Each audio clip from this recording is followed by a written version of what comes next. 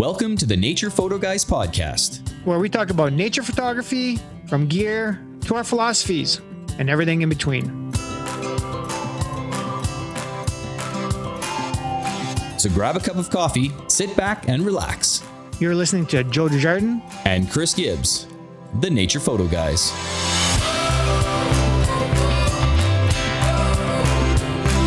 Hey guys, welcome back to the Nature Photo Guys podcast. We are very excited to welcome our next guest. This British Columbia wildlife photographer has a passion for capturing the natural world, which has taken him across untamed landscapes from the Rocky Mountains to the African savannas. With a trusty customized Jeep Gladiator, his stunning images of wildlife, from wolves and grizzly bears to African elephants and leopards, bring the wild to your doorstep. As a member of Nikon Professional Services and the Professional Photographers Association of Canada, his work connects us to our primal roots, inspiring awe and a sense of belonging in the natural world. Please welcome to the show, the wildlifer, Eric Seemann. Hey Eric, welcome to the podcast. Hey, thanks guys. Welcome, sir. How you doing today? Oh, trying to beat the heat.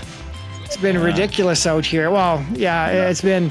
I mean, just the heat in Calgary has been plus 30, Chris, for what, weeks now? Yeah, that's very rare for Calgary too. It's been sick, and you know, for somebody that works outside, I've been really trying hard to hide my truck or in the office. So yeah. How are you doing, Eric? I'm doing pretty good. I'm doing good. I just finished a show over the weekend. Billy Barker Days in Quesnel.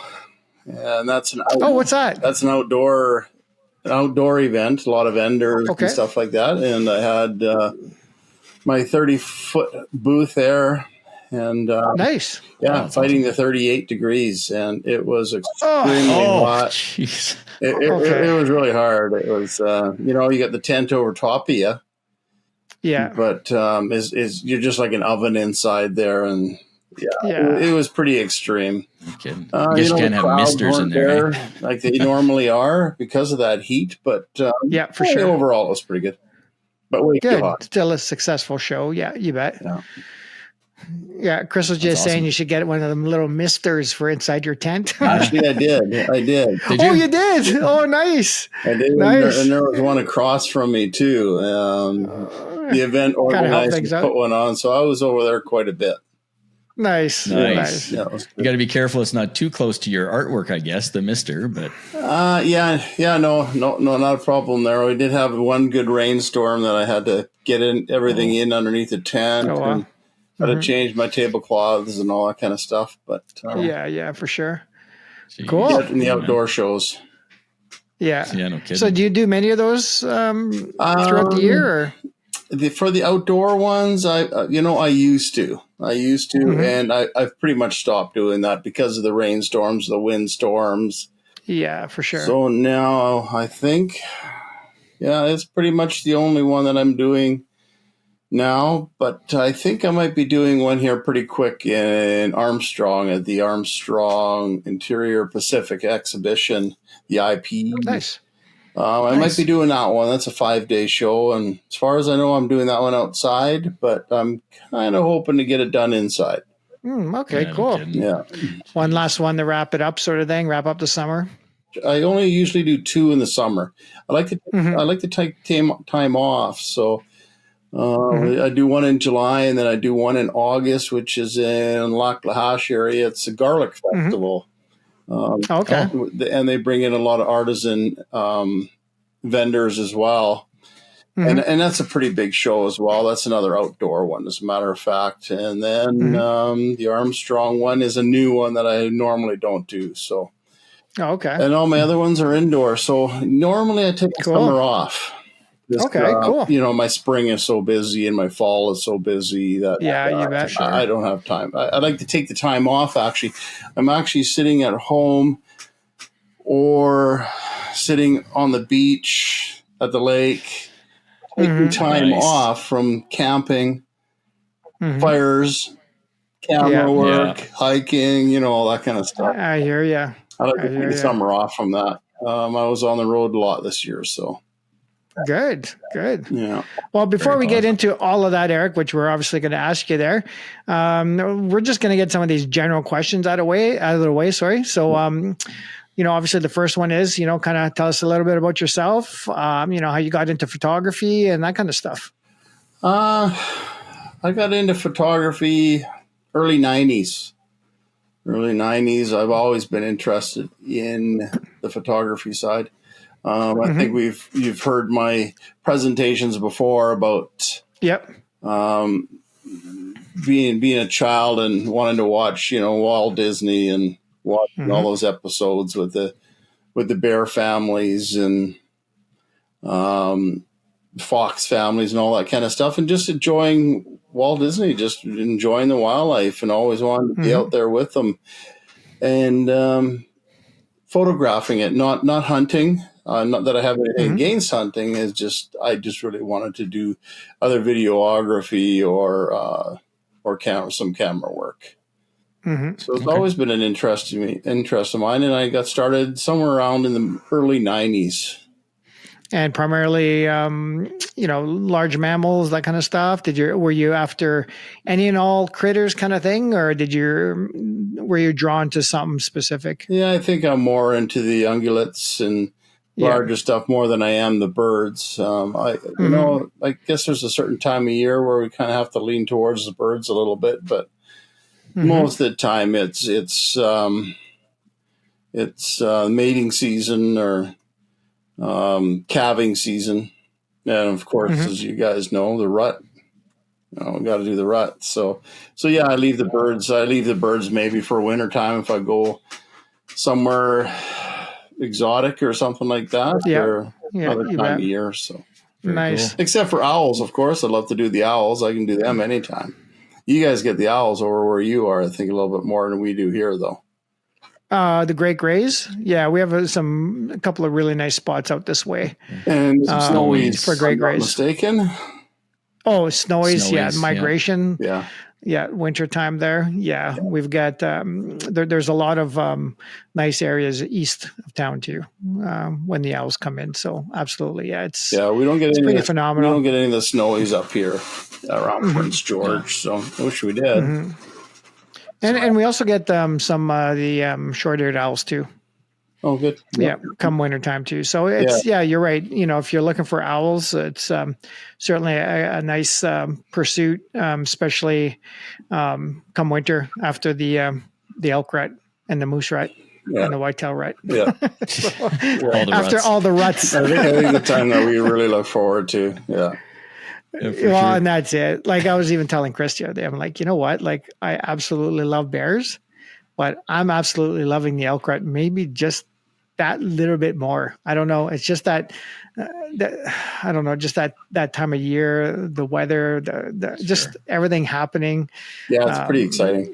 The herds, the fighting, just everything. So, something certainly looking forward to. Absolutely.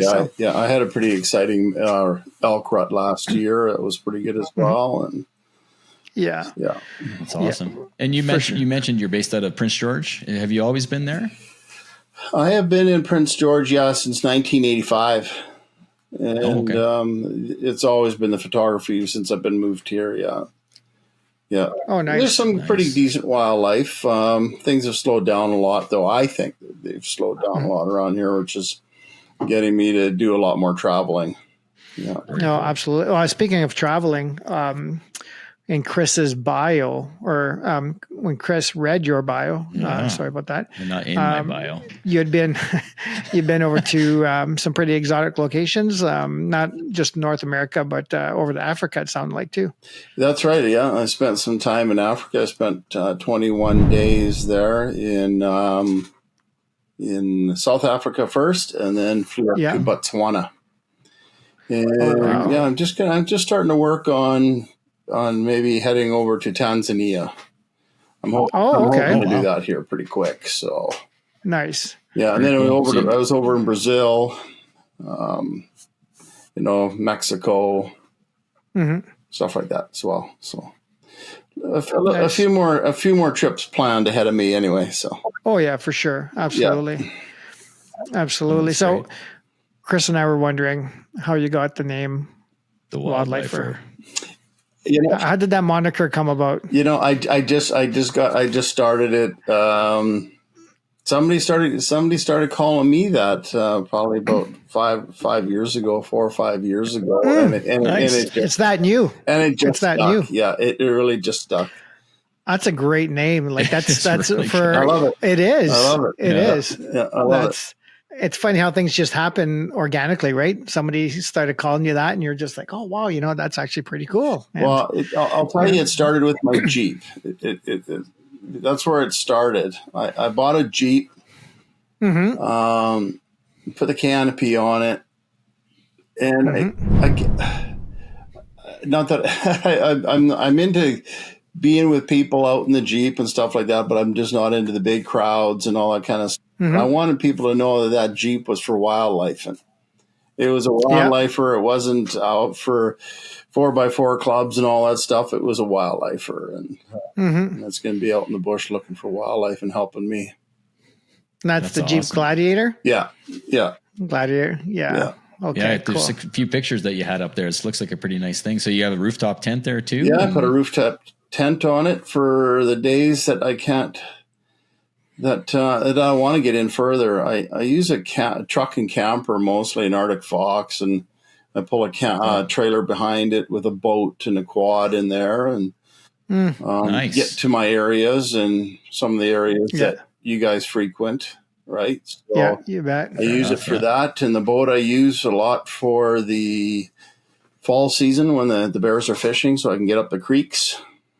Oh yeah, I do a lot of creek work, and then if I can't, if I want to get in deeper somewhere and it's going to be a lot messier getting in, then I'll use the Jeep and the rooftop tent. So I used both of them this past spring. I was out a lot. I was gone for, well, when I saw you guys last, I'd already been on the road for a month, and then I just got home actually about 5th of July. Oh wow! From when I saw you guys last at Light Chasers. Yeah. Yeah. You spoke at Light Chasers, we should say, and that was always a great conference to go to. I think you've been there. Have you been there all of them now as well, or no? At least the last this couple, is just my second one. Yeah, you were there last year. I missed the first one. Okay, yeah. No. Nice. Yeah, that's a lot of fun, wasn't it? Oh, it's great. Got a lot of bears on that one, and a lot of good wildlife on that one. Whereas last year out there, first time out there, I didn't get a single thing for wildlife. I didn't get a single bear or anything out in the park. Oh, is that right? Yeah, I'm a little bit disappointed, that's for sure. Wow, no kidding. Yeah, no kidding. The nature of wildlife photography, Eric? You just never know, right? Well, you can't predict nothing. You just got to get out there. It's not easy stuff. It's not easy. Yeah. I spent a week running around there and got nothing, and so I decided to leave there and go do wild horses instead. Oh yeah, nice. Yeah, very good. Yeah. Oh, I know it's funny. You can go 3 or 4 days, not then one day you see 9 bears. Like it's just it's just how it is. Yeah. Absolutely. Yeah. So timing is everything. Yeah. So what's behind you there, Eric? I hate to ask, but what brand of camera do you shoot? What is that? Are those? Yeah. It's gonna hurt my ears. It's gonna hurt my ears. Hang on. It is the best. It is Nikon. Oh, here we go. Nikon. Okay. Yeah, it is Nikon. Well, I'll agree with you with Jeep. Jeep is at the top because I have a Jeep, but we may differ on the camera stuff. I just did the swap over to the mirrorless. So nice. Good for you. Yeah. So what are you shooting now? What bodies? I've had the 1Z8 I've had since for about a year, and I just picked up another one just recently. Okay. Nice. Yeah. I actually hear those are really good bodies. Yeah, along with the 800 Z lens, and then the 180 to 600, and I heard that 180 to 6 is pretty sweet for wildlife photography. It is. It's really nice and light, and easy to carry around. Hey, that 800 is pretty amazing too. How light that is. Is it the PF? Yeah.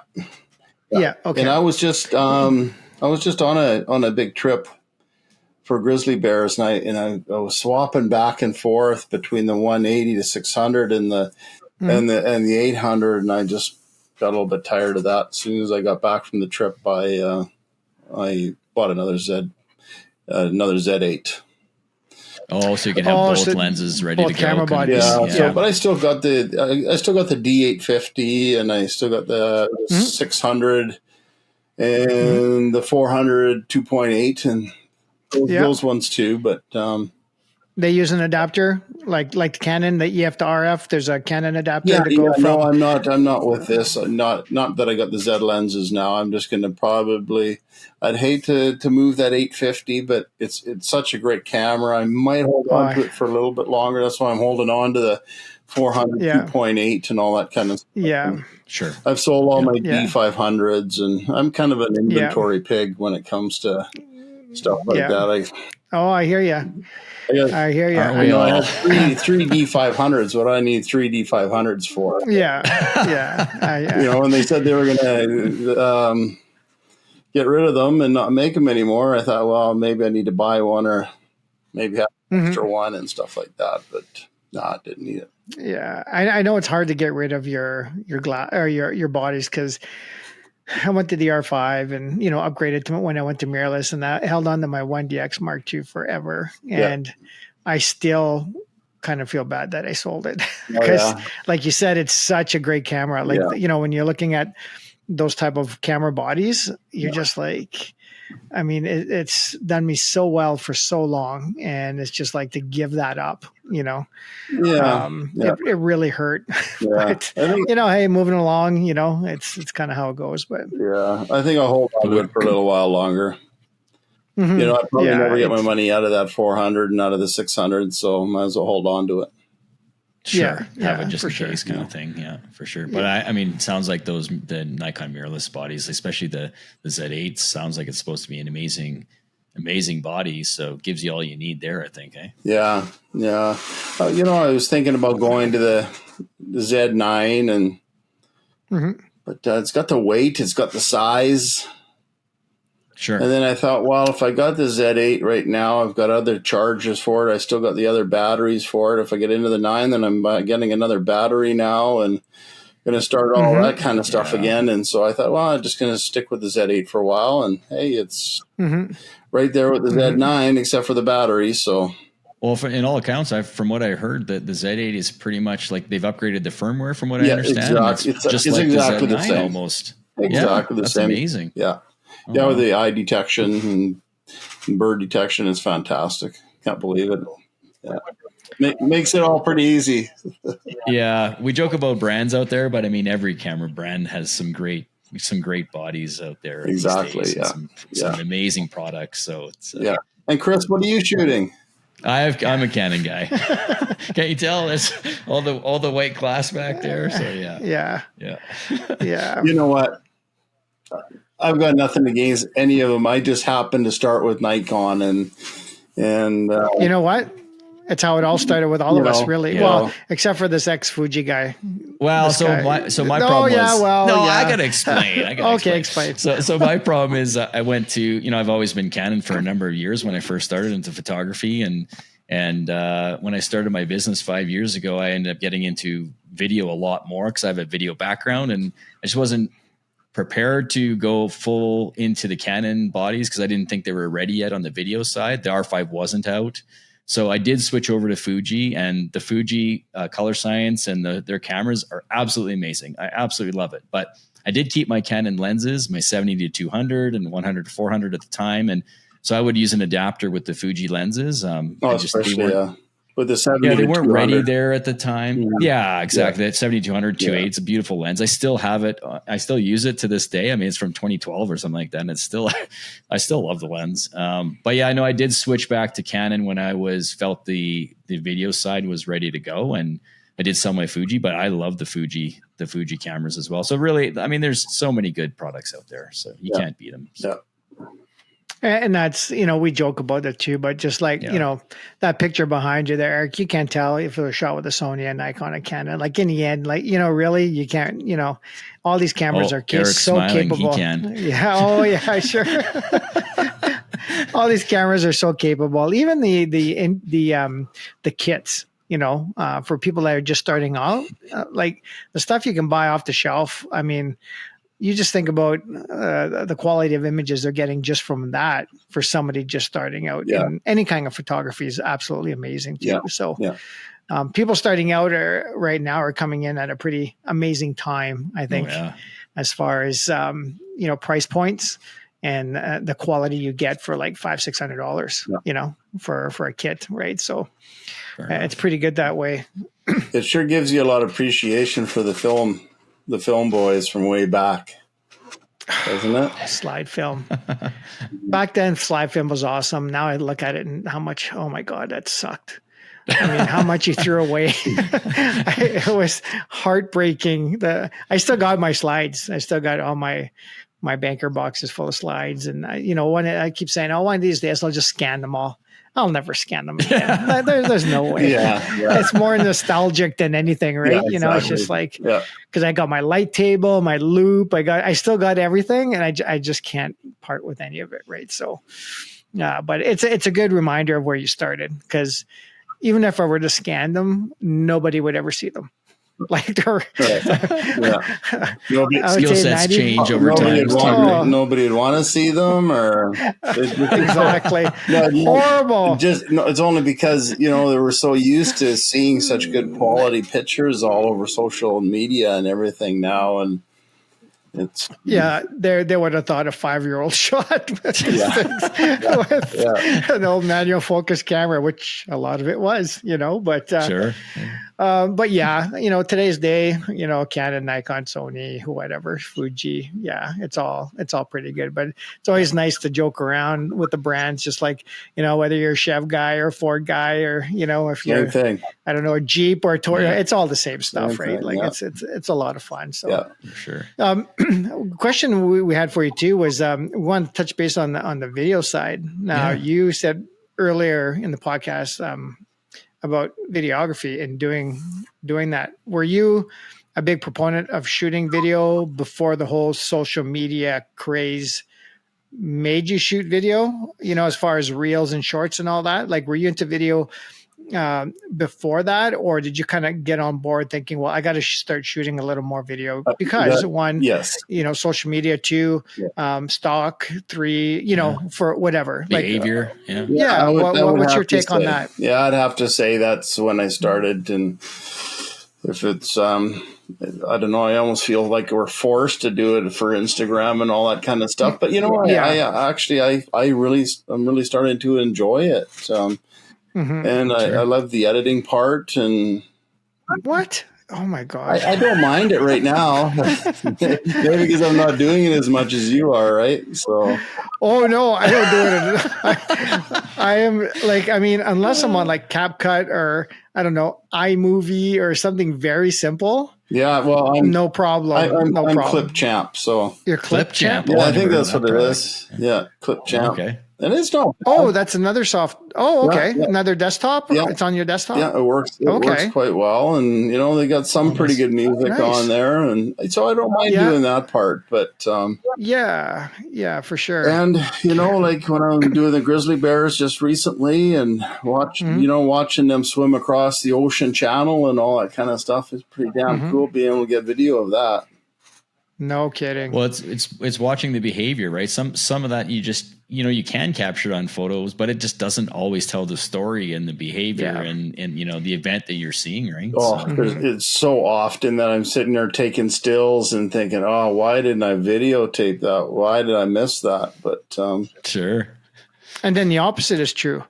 I'm taking videos and I'm like, oh crap, I missed the photos. Hard. That would have been an awesome print to sell. It's a tough one, what's right and what's wrong at the time. But I've been getting some pretty good video lately and just short clips and stuff.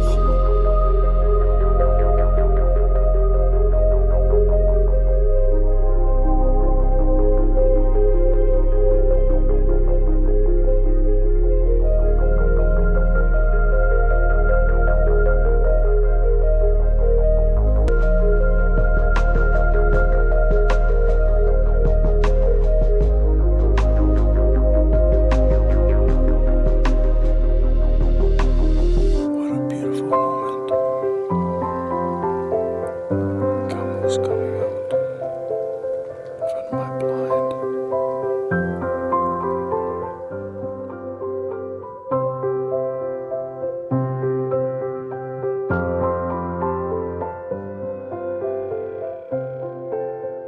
Well, yeah, I see even recording yourself there. I see some little jokes. I see you put on social media as well there in the car on the Cassiar Highway there. So people have to go check your Instagram and see what I'm talking about. Yeah, those crows. Those crows are all getting killed. You got to go check it out, Joe. If you haven't seen it. No, I haven't, so I'll have to. Yeah, for sure. Well, that's awesome. I can tell you right now, Chris, it was really good. Yeah. It's actually not a joke. It was actually a study done by the BC government. Sure. Okay. Yeah. The BC government was trying to figure out why all the crows up in the Cassiar Highway were getting killed by trucks. And there's a lot of truck traffic up there, and there's a lot of roadkill up there, so there's a lot of crows. And so there's always one crow up in the tree as the spotter, while all the other crows are down on the highway eating the roadkill. The crow up top would be on the lookout, and he'd be going, caw, caw, caw. So all the crows would get up and fly into the tree. But most of the time when the trucks come by, the crow was unable to go, truck, truck, truck. Jesus. Oh, I laughed when I heard that out there. Oh, that was funny. Was it on your story? Yeah, I put it on my page. Yeah. Because I'm looking on your Instagram right now and I don't see it, so I didn't know if it was a story. On there somewhere, yeah. Oh, is it? Is it? Yeah. Oh my God. Maybe it was on. It's down. It was on Instagram. Yeah, it's there. I see okay, it, so. Cool. I'll have to find it then. Too funny. Have a listen. With your video stuff there, Eric, do you bring any other essential like pieces of gear? Like, do you have a mic? Are you using video tripod head or video head? Are you using, you know what I mean? Like, is there any, or are you just kind of? Yeah, no, I've got one of those duty bags that RCMP or Border Services would use, a big rectangular duty bag, and it's got it's got the clip-on mics and the dead cat and all that kind of stuff. And I'm just learning it though. And I think I already mentioned it to Chris that I was interested in maybe going a little bit further with it and learning a little bit more. And then there's also the drone. I've been doing a lot of the drone work too, which is I'm really enjoying the drone. Oh, nice! Yeah, and then I do looking forward to spring, fall again when I can start putting my GoPro down inside the creeks and do the fish. Nice. Yeah, the salmon run. Yeah, is that what it is? Yeah. I got a couple of favorite creeks, and I got one new place that I found, and I'm really looking forward to going back there again. So. Sweet. Awesome. Yeah. I'll give you a tip for video. I mean, it's the battle Joe and I both had, and I mean, I have a video background, right? So when you're shooting photo or video, I was trying to carry two cameras or try to switch between, and I just kind of got to the point that I take a few photos and then switch to video, or shoot video or switch to photos, or I literally go out there going, I'm just shooting video today. This way you can't have that battle in your mind. And it's definitely, because it is a battle for sure. I mean, we all go through it, and, we have the FOMO of not getting the photos or not getting the video if you're shooting the photos. Just picking one or the other definitely has been a better scenario for me, at least. I'm definitely finding it a lot easier with the Z8. Take my shots, switch over to video and do some video, switch back over to stills, and especially if I'm on a tripod, of course. But get the best of both worlds. It's been really nice to switch over really quick with that one, whereas I wasn't finding that so much with the old DSLRs and stuff. So sure. Well, and then you also have the stabilization probably with those camera bodies too, right? So that definitely helps handle. Most of the time you end up with that long lens, and you're still trying to get it, but if I'm not on tripod anyway. Yeah, leaning it. I can tell you though, like that's a 400 2.8 back there, and with the R5 with the stabilization, you could pretty much handhold that quite a bit. Anything further than that's heavier. It's definitely a struggle, especially if you're zoomed in so far. Yeah. There's just, it sees all the shakes. Yeah, Joe's come across that a few times too. So yeah, I found on the Z8 it was pretty nice. I was on a boat there a few weeks back, and it was doing really well. Oh, good. That's awesome. So Eric, tell us a little bit about the social media then, and how you approach it. You just mentioned about feeling the need or almost being forced into shooting video, but just in general, how do you approach, Instagram and you've also got a YouTube channel too. So yeah, I do have my YouTube channel. I really enjoy that one. I'm going to start doing some more filming for that here pretty quick. I was actually scheduled to do it last week and it didn't turn out. I'm not as much into the Instagram as I am on Facebook, which is opposite of most people, I suppose. But, absolutely. Yeah. So Facebook too. Yeah, sure. And in all social platforms. I just have a ton of followers on Facebook, and if I find it easier to be able to chat and to comment back and forth with people on Facebook than on Instagram. Instagram just seems like it's not as personal or anything like that. That's what I'm finding anyways. And, I went really more heavy into the Facebook page. And your thoughts are like, are you posting every day, every second day? People are always looking forward to my Happy Monday type of post where I just try to get everybody happy because everybody's pissed off that they got to go to work, right? So everybody's going back. Try to cheer them up a little bit on Friday and cheer them up on Friday morning that the weekend's ahead, and then during the week, I post I post almost every day, except for Saturdays and Sundays unless I'm doing a show, but. And are you finding that's helping? Like posting every day with engagement and maybe an increase in followers or sales or stuff. And if you don't, do you notice a drop off or? You've been I just consistent? saw a video on that yesterday, actually, from one of my followers. Decided to put it on her page that she got away for a little while, and then she was scared that she was never going to get, those followers were going to be gone, and it wouldn't be back there when she came back. But I think it would drop off for sure. You got to keep the engagement going. Consistency is key for sure. Yeah. And more photos or more photo over video, or you're trying to post? I'm doing a lot of photo, and I enjoy that. So I've been trying to do the video thing. I just find my followers and stuff aren't responding to the videos as much. They're watching it, but they're not letting me know if they're actually liking it or if that's the format they want. Or so I get on there and I ask them. So oh, that's good. Facebook now has as we all know, Facebook changes all the time. So now they have this new @followers thing that not everybody is seeing. Not everybody sees your post. Although I have 7,000 or 8,000 followers on there, not everybody's seen my post. Now they have something else that you put @followers in one of the comment lines, and then it will send a message out to all the followers.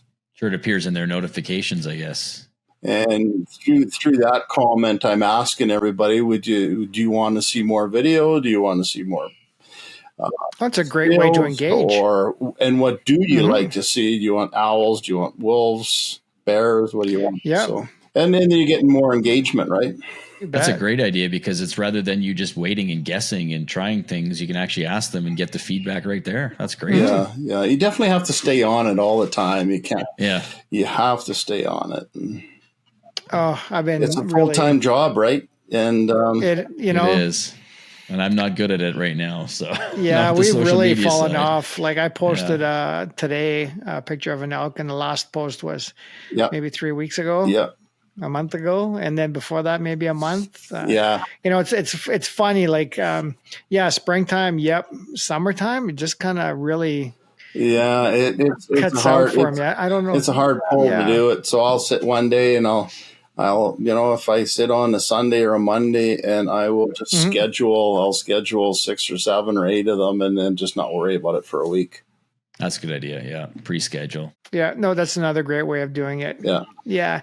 I did that back in the day using Hootsuite, and I was able to schedule everything ahead. And I was using it at the time where they just introduced like multiple platforms at once. So it would go to Facebook and Instagram and that kind of stuff, right? So, yeah,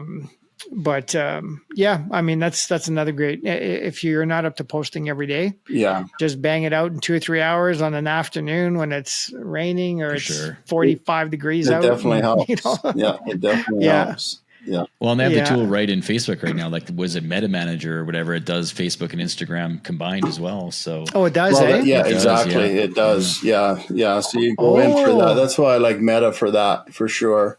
it's no longer, you Interesting. don't have to pay for Hootsuite. You can just do it for free now. So it's nice. Yeah, no, and it was a good chunk of change back then. It was, yeah. It still is. Yeah. Oh, is it? Yeah. Oh, yeah.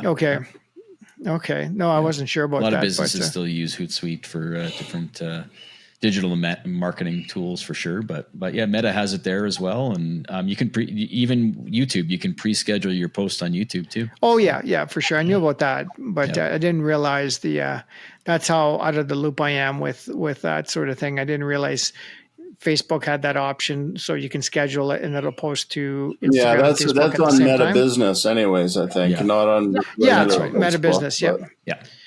And what about? Let me ask you this then. Does it? If you have multiple pages, will it? Could you set it up so it goes to? So, for instance, Chris and I. So we have our personal Facebook, joedesjardins.ca, which is my photo one, right? I have the Nature Photo Guys Facebook page, and then I have my workshop page. Like, is it something you can line them all up? Do you know, or is it just attached to the one? I think I can. I can do it to the Facebook. I can do it to Instagram and any other group that I might be on that I want to post it to. Perfect. That's the group things. Yeah. Cause my workshop one is a group page, right? So that's exactly what I mean. Yeah. So something like that. Okay. Perfect. No, that's awesome. Something to look into. I'm just going to make a note. Yeah. See how much you learn? That already. That's right. We're only half hour in. Look at that. Yeah. Meta business. Oh, he's typing it in. He's really. No, me, my Joe's got sticky notes everywhere. I got 12 there, 2 in my bag, 4 in my office, 6 in my truck. Show me your stack. Yeah. I mean, this is just for the week. Oh no. Yeah. You gotta do that more and more. I gotta do it more and more, eh? I'm old school. Chris is 100% digital. Like anything and everything, like planning this, that, and everything else. It's all on the computer. Right. Well, everything for me is on a sticky note. Like even Trello, right? We're talking about a digital management tool that we have that we use, and we put it in boards and priorities, and it's linked to my iPad. It's linked to my phone. So no matter where I put it in, it all gets linked different places. So no matter where I'm at, I always have my priorities and my calendars, and just easier. My brain works a little more on the technical side that way, I guess. And mine's on the slower side. Yeah, mine doesn't either. I'm closer. I'm in between the two, but not. I don't quite have posted notes all over the place. But well, you know what happens as we get older, maybe I might need to. But well, when you get my Joe's age, really old. When you get my age, the thing for me is I have all these things that come up while I'm driving. So I know it's not the right thing to do, but I mean I'm constantly thinking of things. And it's like, so I got the Post-it note and the pen and everything in the little like tray area. And so I'm like, stop. Okay. Boom, boom, boom, boom. Stick it to the dash and then boom. Okay. Stick it here. So when I get home, I just gather them all up and then, go up to the office and make more notes. You just get used to doing what you always do, Well, and that's it. Yeah, whatever works for you. It works for me. Because if I have to wait to pull over to do notes into a phone or something like that, I would have forgotten. Like that's the reason. That's probably the biggest reason why, right? So it's one of those things. But anyway, it's an age thing. Yeah, exactly. Yeah. So I guess in the end, social media is a necessary evil. I mean, back in the day before social media, studio photographer and stuff, we used to do commercials on local TV. We used to do mailers. We used to do Radio, probably. Radio, radio, and we did newspaper ads and everything. Yeah. So I guess that was the old school kind of social media. I guess what it boils down to is it doesn't matter what era you're in or where you got started. There was always some form of advertising. Yeah. Oh, for sure. I just find now that social media costs nothing. You know how much those TV ads were, those 30-second ads to bring in, studio clients. Yes, I lived in that world for 30 years. Well, yeah. 30-second commercial. What? Are you kidding me? How many thousands of dollars? And this was 20 years ago. Depending on the time of day and night. And yeah. So social media is, it's awesome as far as getting the word out, getting people to know who you are. Yeah, there's good things about it. There's bad things about it. Yeah, little to no dollars. A couple of years ago, I would have, maybe 4 or 5, 6 years ago, I would have said I hate it, but it's actually been pretty good. So you were mentioning that you also promote like your art shows and whatnot on there too. Do you find traction for that? Yeah, I do. Yeah, and and I end up having. It's so nice to be doing my shows and having people come and tell me that they saw it on my page that I was going to be in Chilliwack or in great. or wherever I might be, right? If it's Kamloops, Vancouver, Chilliwack, whatever. So, and it's nice to have those people come by and tell me that they saw it on Facebook and they're my followers and stuff like that. And it's pretty good. Yeah, it's awesome. That's awesome. In-person feedback's the best thing for sure. Yeah, for sure. Yeah, such a great marketing tool, but you can't let it control you either. I mean, social media, it could be an absolute, trying to think of the word, crux too. It's just, I don't know about you guys, but there's days where I didn't even realize an hour's passed because I'm searching stuff or I'm looking at the reels, and because primarily all my followers, or not my followers, the people I follow are photographers or videographers. So you're seeing some cool stuff. And the next thing you know, you're like, I can't get out of this chair. I've been here 3.5 hours and I can't move my legs because I'm trying to get up. And you just get caught into you do. Yeah. And then, there's that, but then there's also that are you doing as good as that person, and you're wishing you can do as good as that person. And, you're comparing yourself to others. And a lot of that stuff is tough too. And it is. And as much as we tell each other that we shouldn't, just do your own thing, enjoy what you're doing. Yeah. You can't compare yourself to anybody else. Yeah. You've got your followers, they've got theirs, you've got, your audience and everything else. It's still very, very tough because, I talk about this all the time. Oh man, look at where they are at. I wish I could go there, or I wish I can go there. And then you start thinking about it and you're like, you're not getting depressed, but you're like, wow, this person's over here. Or this one's like you said, Eric. And then you're like, and then you see their work. I'm like, wow. Yeah. Or is my elk shot good enough? What's that? Or is my elk shot good enough? Is it, should I post that? Is it really bad? Or, because you're comparing it to another elk shot you saw and you're like, oh no, it doesn't even compare. I won't even bother. And then weeks and months go by. But then, you're not posting. But then you know what? Yeah. It makes you work a lot harder too, right? Well, there's that aspect of it too.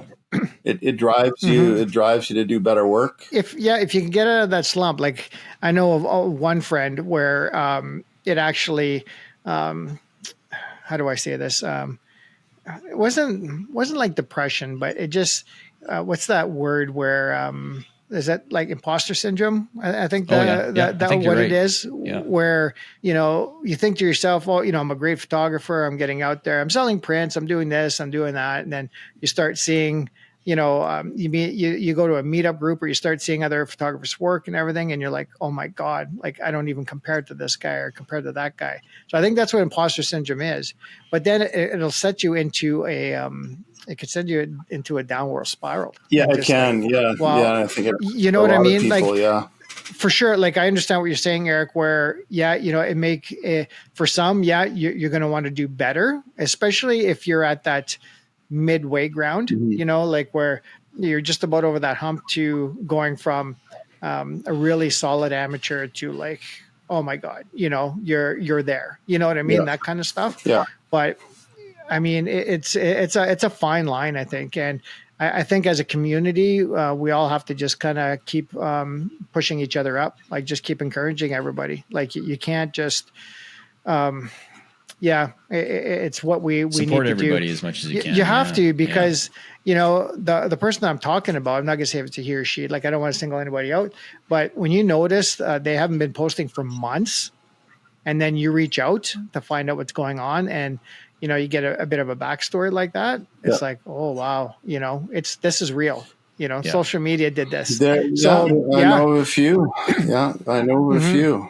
Yeah. So for those of you listening, if you notice that with any of your friends, and you notice, they haven't been posted for, if they're somebody that posts every day or every second day, and then you don't notice for weeks or months, maybe worth reaching out just to make sure they're okay, because you just don't know, especially on the social media side of things, right? Whether that's the case.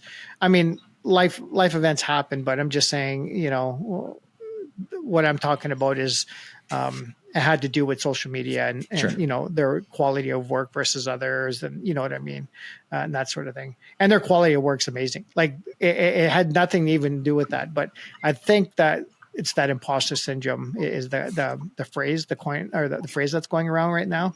Sure. So I think that's what it was. So well, and at the end of the day, as long as you're happy with what you're doing, right? What I tell a lot of people at my table is, they ask me advice and all that kind of stuff. Or all I can say, I always say is just never give up, never quit. Never quit. Yeah. Just keep on going at it, no matter what. And if you do see some good work out there, then maybe it ought to be pushing you to do just as good and to work and practice at it, right? And just, exactly what you said. So people should use social media in a positive sense, and that's to improve their work. And because I still see stuff out there, I'm like, how the hell did they get, why did they, where did they come up with this idea for this shot? And it's an elk, but it's done in a totally different way that you never would have thought of, right? Yeah. And stuff like that. So, if you're not learning or continuously learning, then I think your photography could kind of get stagnant, right? So sure. You got to go with that open mind and just, try to make it an inspirational thing. Yeah, exactly. As opposed to you comparing yourself to others. I'd want to inspire people more than I'd want to say that this is better than what you can do or whatever. I'd rather be more inspiring than anything. And that's kind of what I do. That's what I try to do on my Facebook page too, with people that are following me that are into the photography, or they come to the table and they start asking about it, and I want to inspire them, and just like I did in my talk at Light Chasers. Yeah, which was amazing, by the way. Inspired that was everybody, awesome sir. Yeah, absolutely. Yeah, and I'm sure everybody's looking forward to the fact that it's now available to review. Yeah, I'm sure a lot of people are going to go and look at it again. Yeah, I'm just hoping that I can get a copy of it of my own, and that I can actually put it onto my page and show people and inspire them to keep on going and not to give up. And the camera is a big tool for me in my life, for sure. Yeah, you bet. You had mentioned too, you've been on the road a lot, you've been out there a lot. So, ethically, how do you approach, the ethical considerations, when you're photographing wildlife and even, nature, like the environment itself? Because it's not so much people, in our group, we primarily shoot wildlife. So when the topic of ethics comes up, it's primarily to do with wildlife photography, right? Mm-hmm. But there's also those other considerations, like, yourself, you got a quad, you got a boat, you're hiking, you're out there, you're immersing yourself in the environment. So people don't realize as photographers, we have to be ethical in other ways too. You know what I mean? We're not out there on quads tearing it up to the point where, we're creating erosion in stream beds and this and like, you know what I mean? Like it's cool to talk about. It's great to talk about ethical wildlife photography, but there's also that environmental aspect. Hey, people are ethical photography. Yeah, people are just flying in with quads. A lot of people are talking loud or whatever on trails, or they're driving their quads or their bikes really loud on the trails, and a lot of that is to maybe warn the wildlife more than anything. So that I'm actually going in pretty quiet. I'm going in slow. I'm on my boat. I'm using electric motor and very quiet and very slow. And I want to keep it as close to their environment as possible. I don't want to disrupt them. Well, and that's it. Awesome. You basically want to go in and come out the way you want to leave it the way you saw it, right? Yeah. So sometimes it's hard. If you're on a trail, you're staying on a trail. Oh no, I totally understand that. Try to do it as much as you can. Yeah, it's conscious. Is what I'm saying. Like as photographers, I think we try to be as conscious as possible, not just on the wildlife ethics, but the environmental ethics of it too, right? That's a good point on the environmental part for sure. Yeah. So just kind of wanted to let people know, like it's it might be a topic for discussion on one of these podcasts in the future, Chris? Yeah, just absolutely. talking about ethics, but I just kind of wanted to get that's a really big subject nowadays. It is. Oh yes, since the cell phone photographers came out and. Or the iPad photographers. It unfortunately, it almost seems like all photographers in a whole are getting a bad rap because of bear jams or whatever they want to call them and stuff. Where you'll probably never find me in a big bear jam for sure not. But unless I'm driving somewhere and there's already one there that I got to try to get through, but. Sure. Try to avoid that at all costs, kind of thing. Find it on your own, and I love going out on my own. People are asking me all the time if they could maybe come along on a trip or. As much as I'd like to, but I'd like to keep my spot private as well. I don't want to turn it into a national park. No. Exactly. And you're not sharing GPS and it's happened data. Yeah. And it's happened where I've told one or two people or I go into a spot where I've had it for myself for 8 years and I sit there quietly and at peace and the ethical part of it all and then all of a sudden somebody's there that and they've brought a group of people and everybody's fighting and arguing for spots and it's just so I like to go up by myself and lonely world totally out there by yourself, but it's better. It's peaceful. Yeah. As wildlife photographers, peaceful. I mean, when people ask, I mean, I'm out myself most of the time. Yeah. Like to be honest, like I mean. Especially years ago, it was just like it was great to hang out with a friend or two or something, but it was my intention to get up early, go on my own, and get out there hiking and get out in the backcountry and just do the stuff myself. And just like you said, Eric, peaceful. You're enjoying nature. You're not. You're just in your own little world there, and I love it. I also find that I probably do better by myself as well. You're with another person, that other person says, well, let's go that way. And I know what I would do, I'm going this way. I'm doing the whole thing. And one person might want to just go over there and then just sit back and rest for a little while.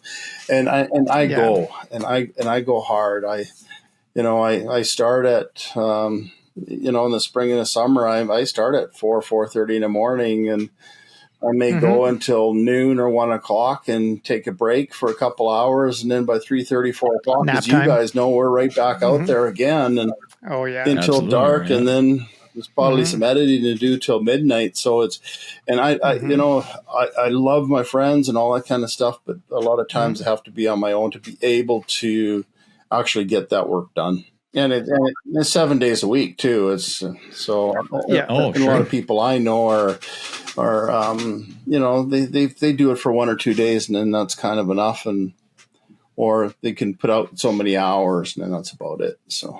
Yeah, no, I totally get that for sure. I was told a long time ago when I started this, and then by a guy, and he says, you know, if you don't work this 7 days a week and a full time day, you're not really you're gonna get somewhere, but you probably won't get as far. So, and I totally believe that.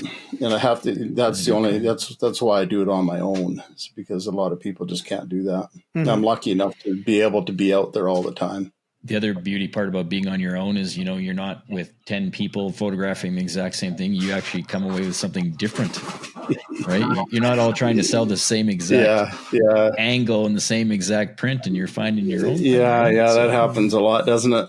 It does. When you're in groups of people, you're all, that's another reason why I started doing video a lot more, is because we're all photographing, you know, the same elk or whatever at the same location. And, you know, so I started doing video a lot more and selling it as stock footage, right? Yeah, I think we had that discussion at Light Chasers. That's right. Yeah, that's right. Yeah, it's definitely worth it. So. It does happen. You know, it does. I've had that a few times. A person I go out with, they posted that one picture that I thought I was going to post, but now I can't. But right, yeah, exactly.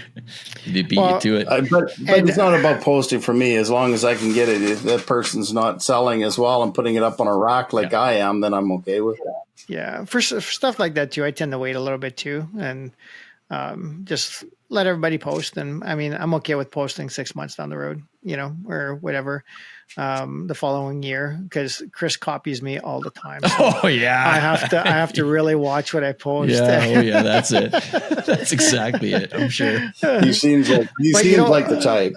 Yeah, he is. Exactly. Yeah, you got to watch him. Yeah, you got to watch that Chris guy. Yeah. But how do you do? Okay, here's a question then. Here's a legit question, because there's some truth to that for myself. Like, you know, I'm still editing photos from, like, say 2 years ago, elk rut or spring bears or something like that.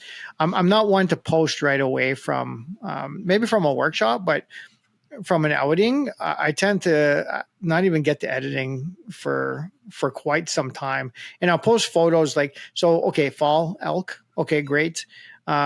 I may post photos from the previous year's elk rut, but I never really post stuff immediately. And especially if it's kind of a rarity. What do you do? Like, do you prefer to, you know, get some of these images edited right away so you can get them out there and show your fans, like show your followers? I do in a way. You know, like I've taken hundreds of thousands of pictures since the beginning of April. But the only thing that I'm if I'm in one area, I kind of enjoy having people follow my journey. Oh yeah, okay. Yeah, so I'm doing videos as I leave here, and I do video of where I am and the next stop and the next stop and the next stop. Let them know where I am, and then I might post the next day. Post one, maybe two pictures of that area that I was telling them that I was at, and then maybe when I get home, I might post a little, you know, like 6 or 7 pictures of the whole trip, different areas, different pictures, and then that's about it for that, and then. So you like telling the story. I'll start posting. Yeah, so you're telling the story of your journey as you're going along, because it's all about storytelling. You know. Yeah. Sure. Yeah. You know, whether it's capturing the image, video, or, you know, doing like the Instagram or the Facebook reels and shorts and stuff to show people. Right. Have you ever tried like Facebook Live or Instagram Live? No, I haven't. No. Yeah, I haven't either. I'm just kind of curious about that. just we can't get through a podcast, Joe. How can we get through? I know, right? I'd be sitting there mumbling. Pause. Yeah. There's no pausing. No pause when you're live. That's for sure. Exactly. You want to talk about a blooper reel? Oh my God! Just post the whole live video because it saves the video after the fact, right? You know, so for sure. I like your journey story, though. I mean, you know, years ago when, you know, my parents would want to know how we're taking our kids across the country. So what I always used to do a little blog, right? I put a blog, put some images for that day. The next day, they'd get excited to see that. So your followers must really get excited to see that, see your images. I got they love it. I know I got a few followers, or you know, I get there's a lot of followers that are enjoying it. There's the regulars that will comment and stuff like that, and you know, but yeah, I enjoy doing that, especially when something really good comes up right at that point, right? And you know, I was on a lake. I was on a lake about a month and a half ago. I pulled up and got myself set up on a picnic table, and there's a loon just 20 feet away from me, just bellowing, and it was the best part of the whole video. It was awesome. Yeah. That's awesome. Well, you know what? That's a perfect segue into our next question, because we'd like for you to maybe share one of your more interesting wildlife encounters. You know, be it a bear or, you know, a loon or, you know, an elk chasing you or, oh my gosh, you know, I thought you were going to make wolf. a loon call or something. There's a few of those. Wolves. Yeah, maybe it's, I guess the one that I'm always could be a chipmunk. The one that I'm going to remember the most is fishing on a lake, and I'm fishing for sockeye. And I've told a few people about this one, and we were fishing for sockeye on the mouth of a creek, and it's a busy area for bears. But in the middle of the afternoon, 1 o'clock in the afternoon or something, normally when you think everything's bedded down anyway, right? And fishing for sockeye, and I look up, I see a grizzly bear. I'm going to say it was probably 300-400 yards down the beach, maybe a little further, maybe 500. Told my brother about it, and my brother got into it right away. Let's get out of here. Let's go throw the rods in the boat, and let's throw the fish in the boat. And so by the time we threw the rods in the boat and the fish in the boat and got ourselves in the boat, that bear was only, I don't know, maybe 50 yards away from us. And we were already starting to go out on the water. My brother had to do some rowing back because the water was so shallow that he wasn't able to put the motor down. So he's trying to row, and all I can do is just tell him to be still, because I wanted to take shots of that bear. Isn't that the case? Right? Oh my God! I always tell everybody, never leave home without the camera, right? So I had I had a D500 and my 200 and my 20 my 70 to 200 with me, and saw that bear running down that beach, and he's coming into the water after us, and I just needed my brother to be still so I can get some good still shots of it. That's hilarious. And meanwhile, he's panicking, trying to roll. Yeah, he was. Yeah, and he's the bear's getting deeper, and he's up to about here now, and he went into a hole and went up to a shoulder, and that's basically what had stopped him. Okay. Yeah. Wow. I think we've all had something similar like that happen, but that's hilarious. It's absolutely. Be still, Ralph. Be still. I want to get Yeah. He's crapping his pants. He wants to get away, but hey, I got to get the picture. Like, just hold on for a second. But you know what the amazing thing is, with that thing running down the beach at us, running through the water at us, everything was dead silent. Like everything is silent. I don't hear, like in your mind, when you're footprints, I don't hear the splashing. I don't hear nothing. It was just dead silent. It's like the calm before the storm kind of thing, right? Yeah. No, I totally get that. That's cool. That's a good story. Cool. Yeah. No, that's awesome. So right on. It's a little scarier when you got the 7200 and it's too long of a lens for the no kidding, right? Oh my God. Where's the wide angle? It's within your minimum focusing distance. Like, oh crap. You know, you're too close. And I've done wolves are one of my favorites as well. And I was doing some wolf calling, and I can hear the wolves way off to my left, and I keep calling because I want them to come around to the front of me. But then I can hear them behind me, and then I could hear them off to my right, and now I can hear them off to my right and my left. And then they came and they crossed in front of me, and they're circling. Yeah, they surrounded me pretty good. See, that's another cool experience. See, I'd be all over that. I would think that's cool. Others would be like, "What the hell? Let's get out of here!" And I'm like, I'd be like waiting. I think that's pretty cool. I find wolves are kind of one of the. So you know how people say like grizzly bears, like bears in general, are very intimidating. They scare them. Cougars, are another one of those predators. Wolves, to me, aren't. I just, being out there in the presence of wolves, and I don't have that feeling or that threatening, that threatening vibe coming from them.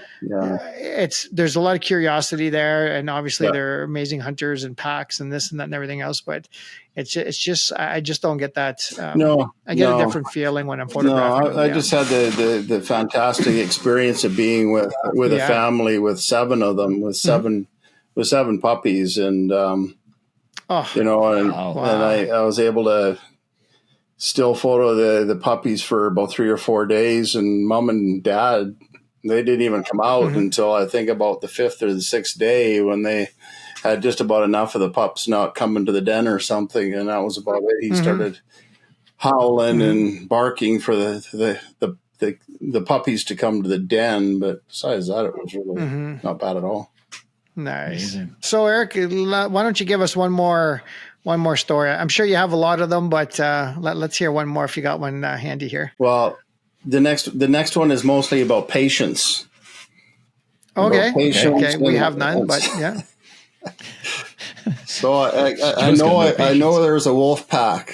I know where there's a wolf pack, and I got to walk in.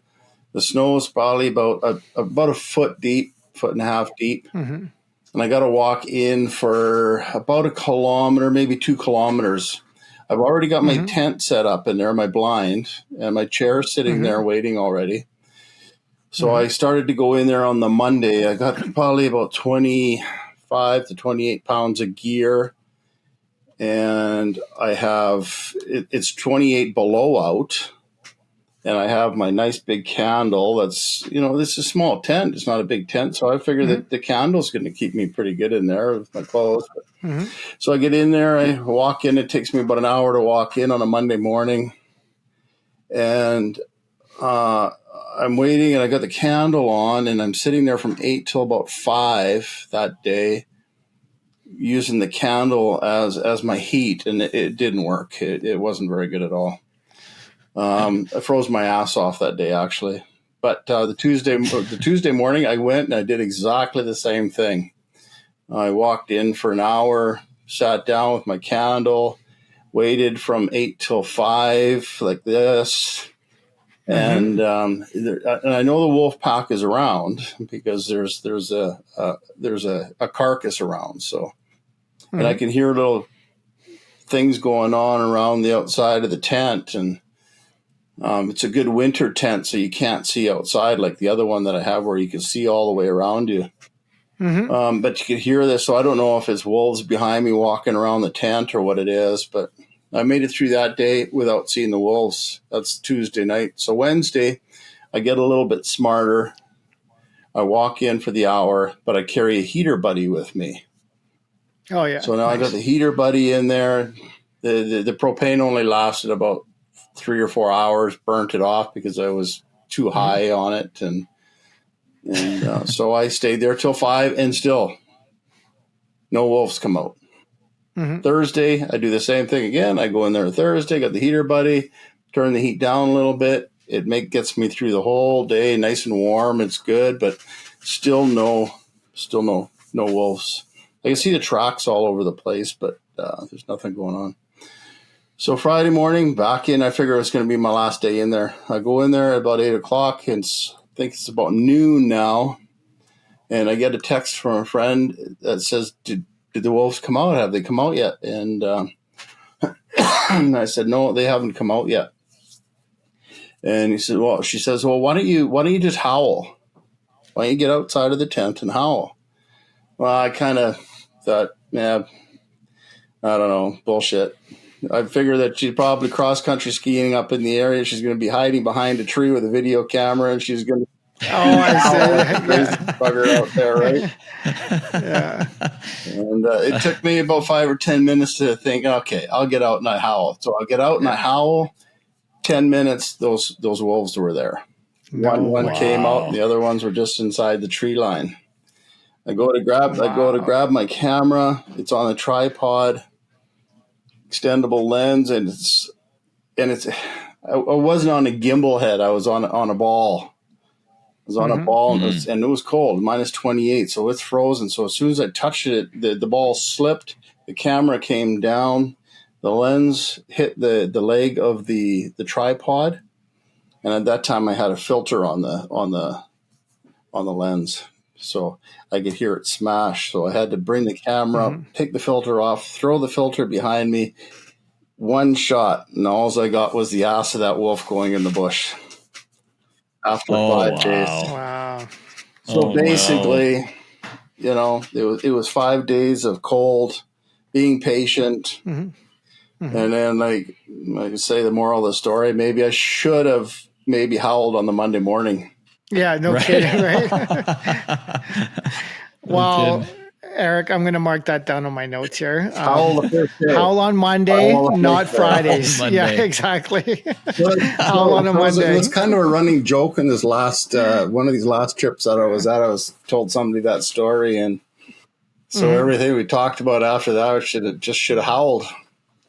Yeah, just should have howled. Yeah, that's awesome. Well, now you have a story for a lifetime. So yeah, exactly. The experience was what that trip was about. So Eric, how do you keep learning? Do you watch YouTube? Do you watch videos online? Do you just practice every day, or like how do you improve your own skills, or do you? Well, like I mentioned earlier, it is 7 days a week. If it's out in the field, or if it's editing, or if it's learning on YouTube or something. I have a lot of people that come by my booth actually and ask me, what is one thing that I could be doing to learn and all that kind of stuff, and I just direct them to YouTube right away. There's so many good things on YouTube, and I never stop. I try not to, anyways. That's what Joe and I always talk about that. At the end of the day, I mean, we wish we'd have had YouTube like 30 years ago, because I mean, there's so much learning on YouTube that for anything that you could ever think of, you go on YouTube and there it is, right? It's a good platform. It's especially for the beginners and stuff like that have no idea, or a lot of people don't want to read the manual. They don't. You're right. Yeah. Does it come with the manual? Yeah. No. Actually, they do still come with manuals, but do they? Okay. Actually, when I sell some of my gear, my cameras and stuff, I sell it with the box, and that book is brand new, and they're still actually in the little plastic and all that kind of stuff. But yeah, me too. Yeah, try to go to YouTube for sure, and then I do a lot of Lightroom YouTube and stuff too as well, and try it. Okay. So what you're talking about, trying to get more involved in video, do you find the same thing? Go to YouTube, look at different ways and techniques that other people are doing, or do you it's more like an experimental thing for you, just get out there and try? Yeah, to be honest, I haven't been doing too much on that part, on the learning part, but it's been experimental and kind of just trying to be self-taught or something like that. And maybe one day I'll go to a workshop. Hey, there you go. I might know one. Yeah. There you go. Well, I mean, that's what I find. I mean, for YouTube, it's great, and there's lots of scenarios there, but just getting out and photographing, or getting out and practicing and trial and error, the 7 day a week thing constantly. Yeah, right? It is. You can only learn being out there. Yeah. A lot of people, they're not lucky enough to be able to do this 7 days a week. They actually have real jobs and stuff like that. And I feel pretty fortunate that I get to spend a lot of time at home doing this and learning at home. And, I've had a couple of remarks where I might spend too much time, that I need to get out and enjoy the outdoors and get a day outside. But, I was just outside for 3.5 months. Right. Exactly. You need some indoor time. Sleeping in tents and campers and sitting around fires and sitting on the rivers and the oceans, and I went fishing, salmon fishing and helicopters and all that kind of stuff. So I was out. Very it's cool. kind of nice to be home and just to relax for a little bit, and that I can actually get on the computer and maybe do a little bit of extra learning and stuff like that. Yeah. Yeah. Oh, very cool. So you got any current projects on the go there, Eric? Like, do you have anything that's, like, are you thinking of some sort of video project, a short little, documentary, a book, an ebook? No, I don't. No, I'm just getting ready for. Mostly, I'm just getting ready for shows right now. I got a couple more shows to do, like we were talking about earlier. I got a couple more shows, and I just got Hey, Nice. Do you know him? And now I got to start on my calendar. Hang on. Okay, see, it's on my post-it note calendar. Okay, right there. He's already done his. Look at that. That's impressive. Such a keener. Check out that bad boy, right? Oh yeah, we know who that is. Dude, Yep. Yeah. That's awesome. So wow. I just finished that calendar, and I just finished a wild horse calendar. Nice. Wild horses has been kind of a big thing for me lately too. I really enjoy the wild horses. So we've got the mating season and stuff like that, the grizzly mating season. I took part in that this year in June. It was really good. And May was still a little bit slow. So I was able to go out and do wild horses. It was just fantastic for wild horses. And nice. So I'm really getting into that. And then we talked about it earlier about what do I do if I'm doing just ungulates and all that kind of stuff. And I said, well, I like to do the birds and all that kind of stuff. But when I can't do that, I like to travel more into the south and do the wild horses, like Nevada and Arizona and stuff like that. Oh, okay. Yeah. Yeah. Very cool. Awesome. And I'll probably be heading over into the Chilcotin, I hope, in September, or maybe close to the end of August, September, somewhere around in there. If it has to be October, that's fine too. And it's got they got the largest wild horse reserve in North America there right now. So I'm gonna go do that. Oh, I had no idea. Didn't know that. Yeah, it's huge. Wow. Yeah. So your calendars and your artwork as well, can people find that on your website? Can they purchase it right there? Yeah, everything's on my website at ES Wildlife Photo Images. Yeah, and Okay. I got a little bit of catching up to do. I'm going to add some more pretty quick here. I got some great stuff this past June.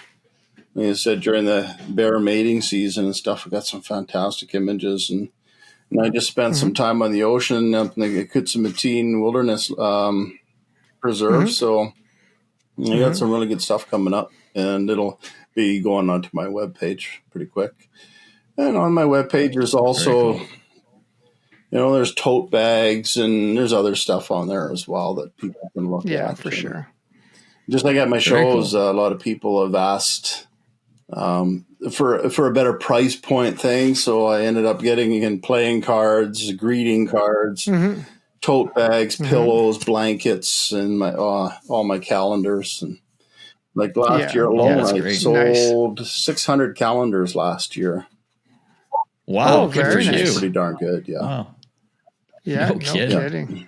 Jeez, that's Excellent. amazing. Good for you. Yeah, that's why I find some of these art shows, right? I mean, people, they're not always there to buy, big pieces of art. They want those calendars, they want those cards, or they want the smaller items as well, maybe for Christmas presents. Even, right? I got to think about the people that have either bought pictures already or they can't afford a nice big 40 by 30 or 60 by 40 metal print, and but they still want that wildlife in the home, if it's a deck of playing cards or calendar, or the blankets I have are just beautiful for throwing over a couch or over the end of a bed. So that's awesome. Nice to have lots of options. Yeah, I got lots. Yeah, it's actually a little bit too much for me at shows. It takes me a long time to set up for a show, but it's all worth it in the end. Yeah, no kidding. Awesome. For sure. You bet. Well, we got a few more questions here, Eric. These ones are kind of, maybe geared to, people starting out and that sort of thing too. Looking back, your journey as a photographer there, Eric, what are some of the key lessons or insights, you've learned that, you kind of wish you would have known when you first started out? Like there's always that, that caveat, like everybody is like, oh man, I wish I would have known that when I started out 30 years ago, that kind of thing. Is there anything like that you may want to share? The only thing, it's a good one, eh? Yeah, that is a tough one. Yeah. Like a business degree, maybe? It has nothing to do with Nikon and Canon. But, Oh, you wish you would have went Canon? Is that what that's what it is. There you go. Oh, okay. you know what? Geez, that's a tough question. Well, it's been so long. Like, I mean, the audience has to understand, like, how many years you've been in the business, right? You know what I mean? Especially from when you first started out, all being fresh and new and, excited and jumped, You say, wish I would have done or something. No, I wouldn't have. I wouldn't take anything back, and this has just been a fantastic journey, and there's nothing. I don't think there's anything I would change. There's really nothing I would change. Awesome. It's just that's a great answer. It's been a straight flow, and it's been a fantastic journey. Best life in the world, man. It's good. There's nothing I would change. Well, we're going to hit you with another question here. And so what kind of like tips or advice would you want to share with an aspiring, nature photographer that's just starting out? Not necessarily, lessons that you've learned, but what would you tell somebody starting out, maybe to give them a little bit of a boost or something? I think I touched on it earlier about never quitting, never giving up. There's so many people out there that I've talked to that have, I can't get a grasp on the camera. I can't learn it. I just don't seem to be able to get it. That's where I'm saying, well, YouTube is a really good place to be, and not giving up is the best thing. And you know what? I think maybe it even touches on the last question about, is there something I would have changed? For a lot of years I was doing this by myself, and and maybe I don't know if it's intimidated by somebody that may be better than you. And it touches on that Facebook page thing too. And you tend to maybe stay away from certain people, or you don't feel comfortable joining in a group, which is I think you should get involved. And the photography community is a great community. All of us, we all have something in common, and we're all looking for the same thing, and getting together with a whole bunch of people, such as this podcast or Light Chasers or something like that. Just getting involved with the community of photographers, right? And I touched on that in my presentation as well. So, yeah, getting involved early in your career with community, I think, is big because, I mean, you're certainly going to accelerate the learning. Yeah, right? you will. I think that curve's going to go up a lot faster because everybody in this community is, I find, wants to help. It's almost like anybody I've ever reached out to or talked to has responded. Right. to my questions. There was never like, oh, that's a trade secret, I'm not going to tell you, or this or that. Everybody's been so good. You And do learn a lot. these are big names. Yeah. Yeah. Well, even though there was this one photo I got of a cow moose running, and her calf was following her, and it wasn't a very great photo. It was just one of those ones I took off the hip and stuff. But after reviewing it, I noticed that her rear hoof was missing, so it was a stump. Oh. So I'm like, okay, wow. that's kind of cool. I wonder what happened, this kind of thing. So you know who I reached out to? Art Wolf. Like, oh, wow. he's been my hero since the beginning, right? Like his photography is what really inspired me in the beginning, right? Yeah. And so I reached out to him, and I asked him, hey Art, like, I'm just some nobody, right? Hey, what do you think of this picture? And I said, I don't want you saying it's a good picture or bad. I said, look at what happened. Like, look at her foot and this. So I wrote him an email and stuff, and he got back to me and said, hey, Joe, how's it going? I talked to my wildlife biologist friend, and this is what we came up with. I'm like, what? Wow. Like, that's cool. He actually went a step further to ask and stuff. So, I mean, as cool of a story this is for me, not for anybody else, but it's like, don't be afraid to reach out. Like you said, like, it's community, right? And I saw Art Wolf speak twice here in Calgary, and I got him to sign my books, his books and stuff like this. But I just thought, well, it can't hurt. And he got back to me, and that was a really cool experience for me early on, that, maybe, I can just reach out to anybody and just say, hey, I've got a question for you. Yeah, reach out to them in the community and don't be shy, right? Yeah, not even an individual, like you said, these Facebook groups and stuff, Don't be afraid to ask questions, because there's a crap ton of people out there that love to interact and love to give advice and share their knowledge.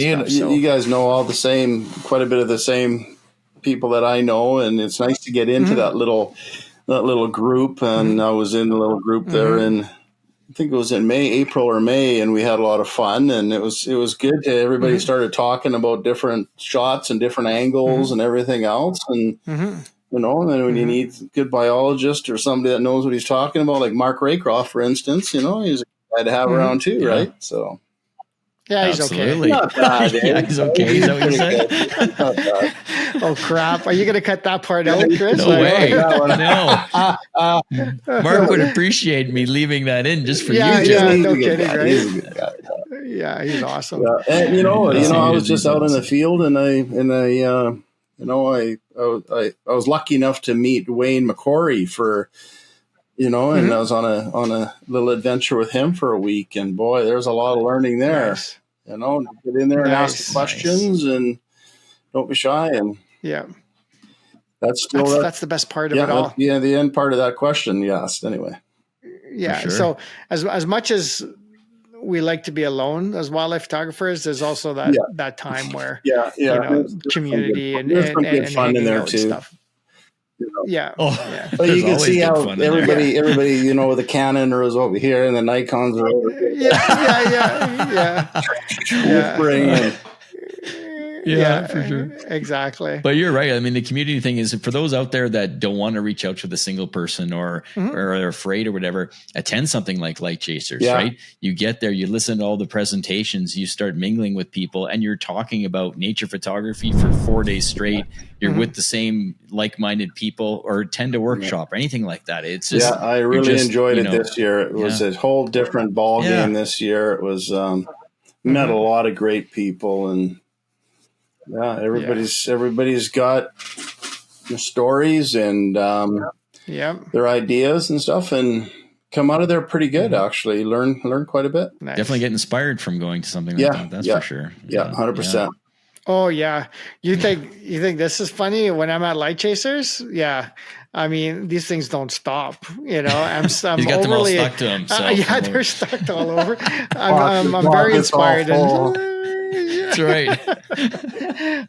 And then you got to go home and then you're like, okay, I got to figure this out. Okay, so and so said this. Okay, I got to check this place out. And I was like, oh, this technique and that. Yeah, it's such a great event. So shout out to Light Chasers once again. Yeah, for sure. hey. Looking forward to it next year. That's pretty awesome. That's a pretty good deal there. That's for sure. Had a lot of fun. Yeah, you betcha. So that's for sure. Is right. So Eric, any last words, thoughts? I know that last question kind of I think it's similar, but pretty much sums it up. And, I appreciate being on the podcast for sure. And you know, this is right here, the three of us getting together and chatting, and you know, and talking about others, and firing others, and that's for sure. Slamming each other's cameras. And that's what we do, and that's what the podcast is all about. You know, hoping that maybe you can inspire somebody out there, Eric. Oh, he moved aside. Hang on a sec. We got to move aside as well to make ours visible, Joe. I don't know if you can actually see it. I can't even. Hang on. I gotta make. Hang on. I gotta make myself look big. You know what? I'm just going to hug it. Okay. Okay. So I was thinking about doing that too. But. Surprised you're not petting it. Oh, he is petting it. Oh my God. Okay. Too funny. We love our gear, don't we? Yeah. I bet you had a pretty bad, or you may still have a pretty bad case of gas. Gear acquisition syndrome. I mean, for somebody that had at least 3 D500s, a D850, he's got the Z8s and everything else. I think we all have a little bit of that in us. I think. Oh boy, yeah. You know, I got. He's staring into the corner. There's a closet. I'm sitting up there. Oh my God. Yeah. I think all our rooms probably look the same. I think sometimes I call myself an inventory pig. Yeah. Sure. I know it's one of those things, and I mean that's a lot of the fun of it too. Like I mean, it's gear. Whether you want to call yourself a gear junkie or not, but it's always cool to see new stuff and even camera bags or tripods, and I mean just anything and everything. It doesn't have to be the actual camera itself, like the cameras and lenses, but the little gadgets and the smaller cages and drone and these rail things and stuff that Chris has got me that I don't even know how to use it. And like this thing, I think we got it in the last podcast, but this mini follow focus. Yes. I'm sure it's going to help me with my focus, Chris, but video for video. Yeah. Yes. So just the whole idea behind that, like I think as photographers, we all kind of have that. Oh yeah, like I said, I've got these duty bags here that I got 2 of them full that are going in the truck with me all the time, and it seems like every time I load up my truck, I got my back seat down. Every time I load up my truck, it's getting closer and closer and closer. Yeah, you can't see at the back. Yeah, exactly. Get to a hotel fun. And I'm unpacking onto the cart for about 5 minutes, and then I take out this little bag of clothes. No kidding, right? Clothes, you don't need those. Jeez. Right. As long as you got your camera gear, that's all that's most important. That's why you have a sink in the hotel. Yeah. Wash your clothes and off you go. I only need 1 pair of good, that's it, and I'm good to go, right? The rest is gear. The rest is photo gear. So that's my problem. I mean, one thing to throw it in your truck and you can fill your truck up and take it with you, but hopping on a plane or a train like we're going to be doing, Joe and I are heading to Churchill in November. So trying to narrow down the gear is going to be a little difficult. That's a tough one for the photographers, the planes, isn't it? It is. Yeah, absolutely. Yeah. So it's nice that we're actually going to drive to Thompson and then we're going to actually get on the train. So there's no missing luggage. There's no, I mean, that's one of the things for me that reduces the anxiety a little bit, that the stuff is going to be there when I get there. Yeah. Because it's under me.